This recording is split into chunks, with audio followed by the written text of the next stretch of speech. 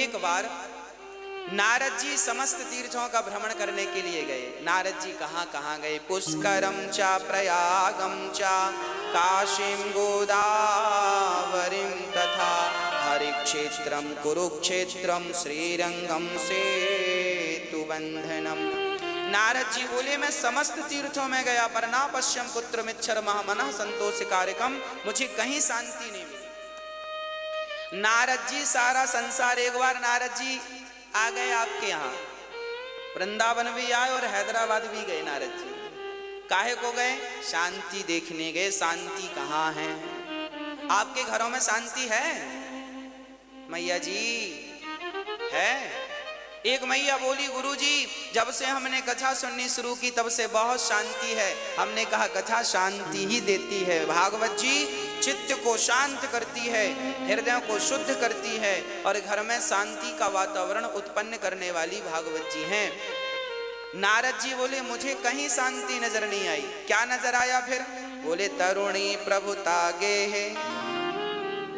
घर में नई नई बहुओं की चल रही है, सासू माँ की कोई पूछ ही नहीं।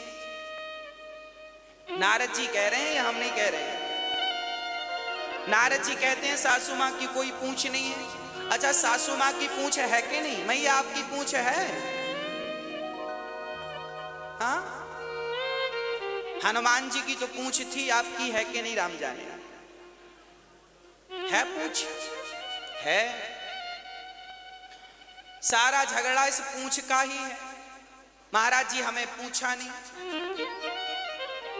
महाराज जी हमें बैठने को भी नहीं पूछा, महाराज जी हमें चाय को भी नहीं पूछा। झगड़ा किस बात का है? बहू कहती है सास ने फटी साड़ी को नहीं पूछा, तो सास कहती है तुमने कब पूछा हमसे खाने को। सारे घरों में झगड़ा किस बात का है? पूंछ का। इसलिए हनुमान जी लंका गए थे तो अपनी इस पूंछ में आग लगवा के आए थे। जितने जल्दी हो सके आप लोग भी अपनी अपनी पूंछ को जला दो। होली आ रही है, जला दो इस पूंछ को, नहीं तो ये पूंछ आपको जलाएगी। ये जो अहंकार की पूंछ है ना, हमें नहीं पूछा, हमें नहीं पूछा। अरे नहीं पूछा तो नहीं पूछा, तुम काहे मरे जा रहे हो? क्यों परेशान हो रहे हो? अपनी अहंकार की पूंछ को जलाकर भस्म कर दो, तब शांति मिलेगी। कोई पूछे ना पूछे, मेरी माँ आप लोगों ने अपने चाबी दूसरों को दे रखी है। प्रॉब्लम यहां आप बहिर्मुखी हो। देखना दो बातें हैं। एक व्यक्ति वो है जो बहिर्मुखी है। बहिर्मुखी किसे कहते हैं? जो बाहर ज्यादा देखता हो। एक व्यक्ति वो होता है जो अंतर्मुखी होता है। बाहिर्मुखी वाला व्यक्ति ऐसा होता है, आपने हमें गाली दी हमें बुरा लग जाएगा, हमें फलाने ने गाली दी। ये बाहिर्मुखी आदमी है। स्त्री और पुरुष दोनों को बोल रहा हूं। आप बहिर्मुखी हैं तो सास की बात बुरी लगेगी, बहू की, जेठानी की, देवरानी की, पड़ोसी की, पड़ोसन की, सबकी बात बुरी लग सकती है। हमें पूछा नहीं क्योंकि आप बहिर्मुखी, आप बाहर के व्यवहार को देख रहे हैं। जबकि अंतर्मुखी कौन है?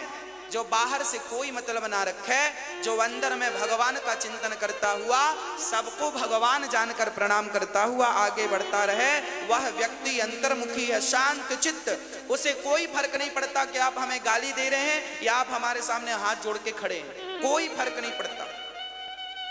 जो व्यक्ति बहिर्मुखी है आज वो व्यक्ति बहुत दुखी है। हमारे साधु संत जो जंगल में जा जा के उल्टे लटके रहते हैं, भजन करते हैं, ये क्या कर रहे हैं? ये अपने आप को अंतर्मुखी ही तो बना रहे हैं। और ये जरूरी नहीं है कि आप घर छोड़ के जंगल जाएं तो अंतर्मुखी बने। आप पत्नी पति परिवार के बीच में रहकर अंतर्मुखी बनिए। सुदामा जी अंतर्मुखी थे, पत्नी के साथ और बच्चों के साथ रहते थे। मिल जाए तो खा लेते थे, नहीं मिले तो भूखे रह जाते थे। ना शिकायत करते थे, ना किसी से झगड़ा करते थे। अंतर्मुखी। कोई गाली दे दे, चल भैया हमने कोई पाप किया होगा जिसका परिणाम हमें गाली के रूप में मिल गया। कोई दो थप्पड़ गाल पे जमा दे तो कोई बात नहीं भैया, हमने कोई पाप किया होगा तो थप्पड़ हमें दो पड़ गए, कोई बात नहीं। हम भगवान का चिंतन करने आए। हमें 100 साल तो जीना है, 100 साल में भी 20 साल निकाल दो। 10 साल तो कुछ समझ में ही नहीं आया, छोटे थे, कपड़े पहनने का भी ज्ञान नहीं था। 10 साल के बच्चे को भी ठीक से कपड़ा पहनना नहीं आता, माँ पहनाती है। चलो कपड़ा पहनना आ भी जाए तो उसके कोई बहुत अच्छा सांसारिक क्रियाएं नहीं आती। 10 साल वो निकाल दो और बाद के 90 साल के बाद जिंदा रह गए तो ना चलना आएगा ना खाना आएगा, तो 20 साल ये 80 साल की एज बची। यदि 100 साल के हो तो 80 साल पकड़ के चलो। ये 80 साल हमारे पास हैं, उसमें भी हमें 80 साल में 40 साल तो सोना है। पूरी रात सोता है, 12 घंटे का दिन 12 घंटे की रात, तो 40 साल सोना, बचा कितना? 40 साल। और 40 साल में फिर नहाने का समय, खाने का समय, झगड़े का समय, निंदा चुगली का समय, ये सब निकालने के बाद तुम्हारे पास बचा कितना? और जो समय बचा है वो 25, 30, 40 साल बचा है, जो 30 साल बचा है उसमें भी तुम झगड़ा ही करोगे। उसमें भी तुम ये देखोगे कि ये हमारा सम्मान नहीं किया। अब अरे करने ना करे सम्मान, सुना करे चूल्हे में जाए। तुम्हारा क्या घुर गया, क्या कम पड़ गए, तुम वजन कम हो गया, तुम्हारा सम्मान नहीं हुआ। तो ये मान अपमान सम्मान जब तक इनसे ऊपर नहीं उठते आप, तब तक आपको भगवत प्राप्ति नहीं होगी। जिन जिन संतों ने, बताओ क्या मीराबाई का अपमान नहीं हुआ? क्या मीराबाई को राणा ने ये नहीं कहा कि तूने मेरा कुल बिगाड़ दिया, संतों के बाबाओं के बीच में जा जा के नाचती है? कहते थे इसने तो कुल का नाश कर दिया, बाबाओं के बीच में जाती है, चरित्र बिगाड़ के आती है। क्या क्या ना कहा मीरा को, चरित्र से गिरी कहा, जहर पिलाया उसके ससुर ने, पर क्या हुआ? मीराबाई क्या अपमान में उलझी? बोलो। अब वो मीरा झगड़ा करती, लो मेरी सास मुझे तो चरित्रहीन कह रही है। आपको कोई जरा कह दे कि तुम जरा ऐसी हो वैसी हो तो आप झगड़ा करने लगोगी, आप बात विवाद करने लगोगी। बात विवाद में आपको नींद नहीं आएगी, समय वेस्ट होगा। जो समय भगवान के चिंतन में जाना चाहिए था वही समय अब बात और विवाद में जा रहा है। हाँ या ना? नुकसान किसका है? आप हमें गाली दे के आगे बढ़ जाएंगे, पर हम रात भर सोचते रहेंगे फलाने ने गाली दी गाली दी। आप तो आराम से सो रहे हैं, हम सोच रहे हैं, क्योंकि हम बहिर्मुखी हैं, क्योंकि हम बहिर्मुखी हैं। मीरा को गालियां दी लोगों ने, जलील किया, पर मीरा ने जानती थी इनसे झगड़ा करके क्या करेंगे, इनके मुंह क्या लगे। वो इस मान अपमान से ऊपर उठ चुकी थी। वो स्त्री मान अपमान से, बोलो मेरी माँ। हाँ, तो आप लोग कब उठोगी? कब? डेट बताओ। आज उठ जाओगी? चलो अच्छा, आज उठ जाना। कोई गाली दे, देने वाला चूल्हे में जाए, आपको क्या करना?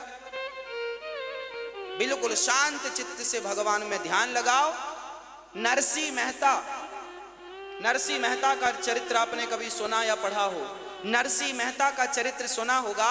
नरसिंह मेहता के भाई ने, भौजाई क्या बोलती थी? हट्टा कट्टा निठल्ला, घर में पड़ा पड़ा खाता है, कुछ कमाता नहीं है। ये नरसिंह मेहता को उनकी भौजाई ने कहा था। अपमान किसे नहीं सहना पड़ा? क्या ध्रुव जी को अपमान नहीं ध्रुव जी की माँ सुरुचि माँ हाथ पकड़ के समाज के बीच में गिरा दिया, जा तू इस गोद में, अपने बाप की गोद में बैठने का अधिकारी नहीं है, जा। अब सोचो, भरी सभा में आपको हाथ पकड़ के निकाल दिया जाए, क्या ये अपमान नहीं है? आप लोग यहाँ तो 500 लोग बैठे हैं, 1000 लोग बैठे हैं, उस सभा में लाखों लोग बैठे थे जहां ध्रुव जी का हाथ पकड़ के नीचे गिराया गया था। उनकी सौतेली माँ ने गिराया, पर धन्य है ध्रुव जी।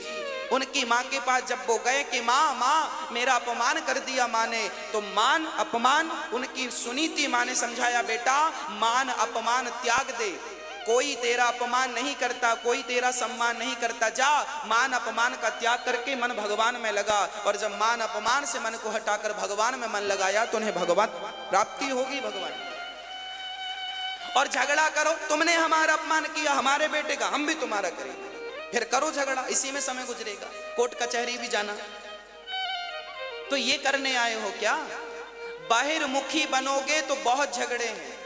बाहिर्मुखी इंसान कभी हंसता नहीं है, बाहिर्मुखी इंसान कभी ठहाका नहीं लगाता, हमेशा ही रोता रहता। बाहिर्मुखी है ना, बाहर की तरफ देखता। अंतर्मुखी बनो। क्या बनो? अंतर्मुखी बनो। बाहर की तरफ देखने ही नहीं।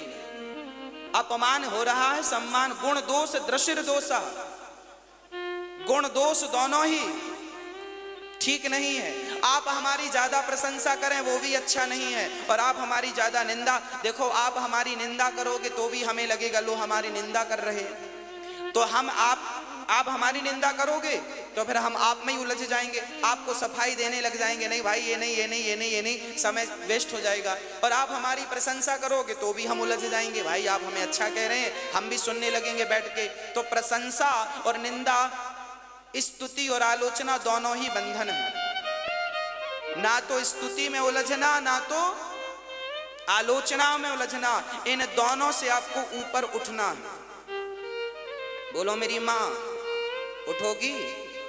इन दोनों से ऊपर उठना।